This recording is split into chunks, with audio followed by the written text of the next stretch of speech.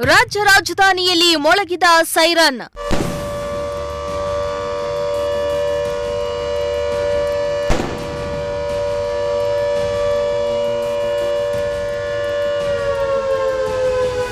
ಬೆಂಗಳೂರಿನ 3 ಕಡೆ Mach drill.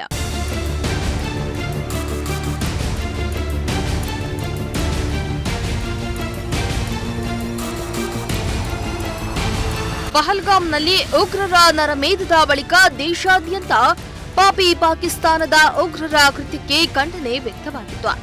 Pakistan ಭಾರತದ ನಡುವೆ ಯುದ್ಧದ ವಾತಾವರಣ ಏರ್ಪಟ್ಟಾದ ಹಿನ್ನೆಲೆ ಅಮಾಯಕ ಜನರನ್ನ ಯುದ್ಧದಿಂದ ಹೇಗೆ ತಮ್ಮನ್ನ ತಾವು ರಕ್ಷಣೆ ಮಾಡಿಕೊಳ್ಳಬೇಕು ಅನ್ನೋದಕ್ಕೆ ದೇಶಾದ್ಯಂತ ಇಂದು ಮಾಕ್ ಡ್ರಿಲ್ ನಡೆಸಲಾಯಿತು.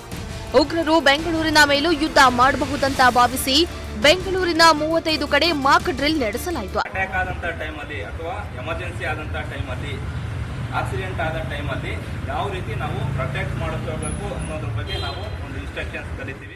ಬೆಂಗಳೂರು ನಗರದಲ್ಲಿ ಮಧ್ಯಾಹ್ನ 3 ಗಂಟೆ 58 ನಿಮಿಷಕ್ಕೆ ಸರಿಯಾಗಿ ನಗರದ ಸುಮಾರು 35 ಕಡೆಗಳಲ್ಲಿಯೂ 2 ನಿಮಿಷಗಳ ಕಾಲ ಸೈರನ್ ಮೊಳಗಿದ್ದು ಸ್ಥಳೀಯರು ಆತಂಕ ಪಡುವ ಅಗತ್ಯ ಇಲ್ಲ ಎಂದು ಅಧಿಕಾರಿಗಳು ಮಾಹಿತಿಯನ್ನ ನೀಡಿದ್ರು. ಮಾಕ್ ಡ್ರಿಲ್ ನಾಗರಿಕರ ರಕ್ಷಣಾ ಅಣಕು ಪ್ರದರ್ಶನ ಇದಾಗಿದ್ದು, ಮೊದಲಿಗೆ ಹಲಸೂರು ಕೆರೆಯಲ್ಲಿ ಬೋಟಿಂಗ್ ರಕ್ಷಣಾ ಕಾರ್ಯದ ಅಣುಕು ಪ್ರದರ್ಶನ ನಡೆಸಲಾಯಿತು. ನಂತರ ಸೈರನ್ ಮೊಳಗಿಸಲಾಯಿತು.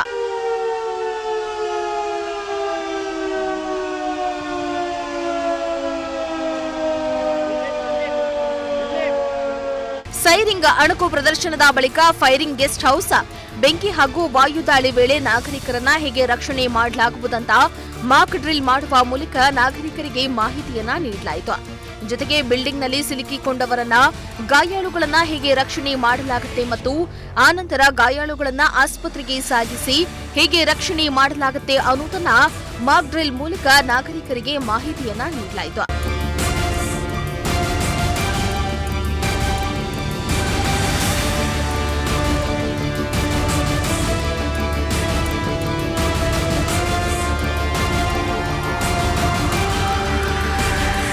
ಭಾರತ ಪಾಕ್ ನಡುವೆ ಯುದ್ಧಕ್ಕೆ ಭಾರತ ಸಿದ್ಧವಾಗಿದ್ದು, ಅದರ ಅಂಗವಾಗಿ ಇಂದು ನಡೆದ ಮಾಕ್ ಡ್ರಿಲ್ ಬಹುತೇಕ ಯಶಸ್ವಿಯಾಗಿದ್ದು, ಪಾಕ್ ವಿರುದ್ಧ ತೊಡೆತಟ್ಟಿ ಭಾರತ ಸೇನೆ ನಿಂತಿದೆ.